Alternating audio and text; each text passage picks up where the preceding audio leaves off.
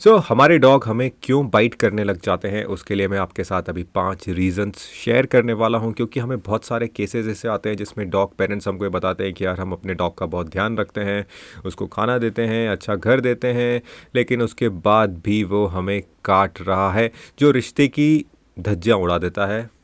And या सो जो रिश्ते की धज्जियाँ उड़ा देता है और हमें समझ में नहीं आता है कि हम किस तरीके से बिहेव करें।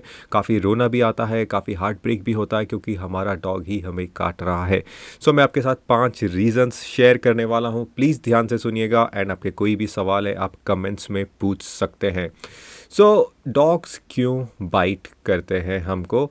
फर्स्ट थिंग है कि हम यार बहुत सारे लोग क्या होते हैं, जब हम अपने डॉग को घर पे लेकर आते हैं, हम सोशलाइजेशन कराना उसका भूल जाते हैं, या फिर हम प्रायोरिटी नहीं देते हैं कि उसको कितनी सोशलाइजिंग चाहिए, क्योंकि डॉग एक सोशल स्पीशीज़ है। अगर आप डॉग को सोशलाइज नहीं करा रहे हो, उसकी इंटीग्रल नीड पूरी नहीं होती है, वो काफ़ी नर्वस रहने लग जाता है, नर्वसनेस उसकी इंक्रीज़ होने लग जाती है, इनसिक्योरिटीज़ बहुत इंक्रीज़ होने लग जाती है, फ्रस्ट्रेशन इंक्रीज़ होने लग जाती है। डेली बेसिस पे कुछ सोशलाइज होना ज़रूरी है, कुछ उसका वॉक पे जाना ज़रूरी है, बाहर इन्वायरमेंट में घूमना ज़रूरी है। बहुत से लोग सिर्फ 5 मिनट 10 मिनट तक की ही उसको वॉक लेकर जाते हैं, 15 मिनट की वॉक लेकर जाते हैं, और उनका मोटिव होता है कि सिर्फ सूसू पॉटी कराकर वापस घर पे लेकर आना है। आपका ये मोटिव नहीं होना चाहिए। अपने डॉग को आप बाहर एनवायरनमेंट में सोशलाइज करा रहे हो, अपने साथ लंबी वॉक पे लेकर जा रहे हो, एक लंबी स्ट्रक्चर्ड वॉक दे रहे हो उसको। इस तरीके से हम जब डॉग को हम ऐसी उसकी नीड पूरी करते हैं, इस तरीके से हम उसको उसका ध्यान रखते हैं, हम उसको प्रॉपर्ली सोशलाइज कराते हैं, तब उसके बाइट करने के चांसेस ख़त्म होने लग जाते हैं। लेकिन अगर आप सोशलाइज नहीं करा रहे हो, बाइट कर सकता है। ओके, सेकंड रीज़न है पेन और डिस्कम्फर्ट। हो सकता है कई बार ऐसा होता है कि हमारे पास आता है कि यार हमें डॉग को साफ़ कर रही थी, या फिर साफ़ कर रहा था, या फिर डॉग का पैर पकड़ा हुआ था तो उसने हमें काट लिया। होता है क्या है, हम डॉग के साथ ज़ोर ज़बरदस्ती करने लग जाते हैं। जब इस तरीके से हम काम करते हैं डॉग के साथ, तो हम डॉग के साथ अपनी फ़िज़िकल ताकत लगा रहे होते हैं, और जब हम डॉग के साथ अपनी फ़िज़िकल ताकत लगा रहे होते हैं, वो कोई पेन फील कर रहा होता है या डिस्कम्फर्ट फील कर रहा होता है, तो वो बाइट कर सकता है। हो सकता है कि वो बीमार हो। कई बार डॉग्स को कुछ बीमारी हो जाती है तो लोग बहुत ज़्यादा सिंपैथी दिखाने लग जाते हैं, उसके ऊपर चढ़ने लग जाते हैं, उसको हग करने लग जाते हैं। लेकिन ये सब चीज़ें ह्यूमन का बिहेवियर है। जब एक बीमार डॉग के साथ आप इस तरीके से करते हो, वो बहुत जल्दी इरिटेट हो जाता है, और उस इरिटेशन में वो आपको रिवर्ट कर सकता है, आपको बाइट कर सकता है। बहुत सारे केसेस में ऐसा भी होता है कि डॉग टेरिटोरियल होता है और घरों में डिसिप्लिन की कमी होती है, जिसकी वजह से उसका टेरिटोरियल बिहेवियर बढ़ते जाता है और वो ह्यूमंस को उतना रिस्पेक्ट नहीं करता।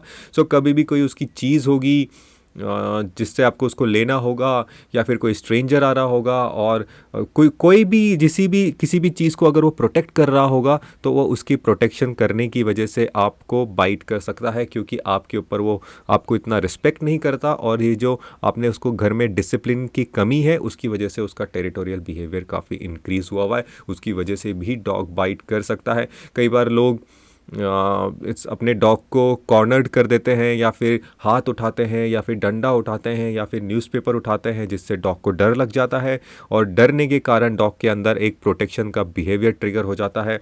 वो खुद की सेल्फ डिफेंस का मैकेनिज्म ट्रिगर हो जाता है, जिससे वो ग्राउल करने लग जाता है, दांत दिखाने लग जाता है, और वो बाइट भी कर सकता है।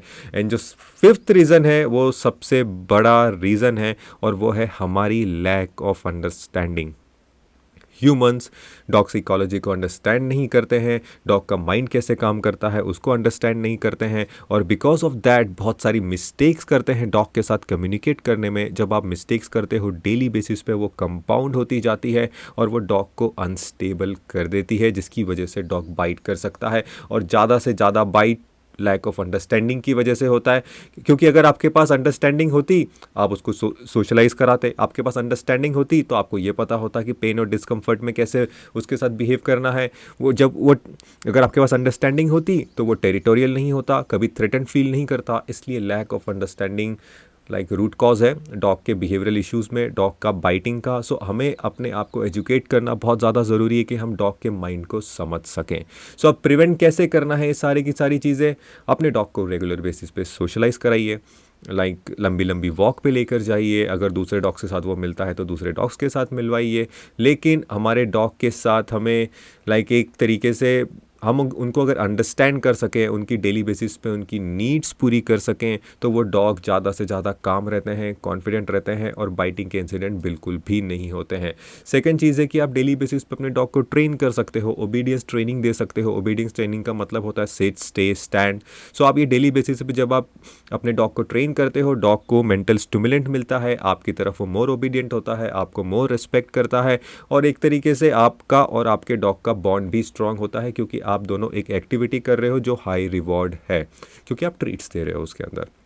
अपने डॉग को हेल्दी रख सकते हो, हेल्दी अच्छा खाना दे सकते हो, अच्छी वॉक्स दे सकते हो, अच्छी एक्सरसाइज दे सकते हो। इससे आपका डॉग हेल्दी रहेगा। और जब डॉग हेल्दी होते हैं वो बाइट नहीं करते हैं। कई बार ऐसा रीज़न होता है कि डॉग के अंदर कोई बीमारी चल रही होती है, टिक फीवर में कई बार ऐसा होता है कि डॉग का माइंड डिसओरिएंट हो जाता है और उस डिसओरिएंटेशन के कारण वो बाइट भी कर सकता है।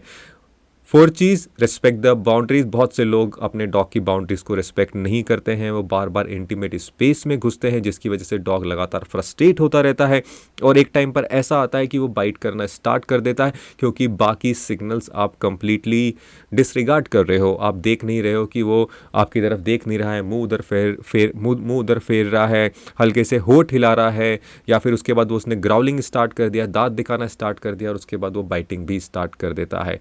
एंड आखिरी चीज़ है, अगर आपको कंप्लीटली ये रखना है कि आपका डॉग हमेशा काम रहे, कॉन्फिडेंट रहे, हैप्पी रहे, हेल्दी रहे, तो आपको डॉग कम्युनिकेशन लर्न करना ज़रूरी है।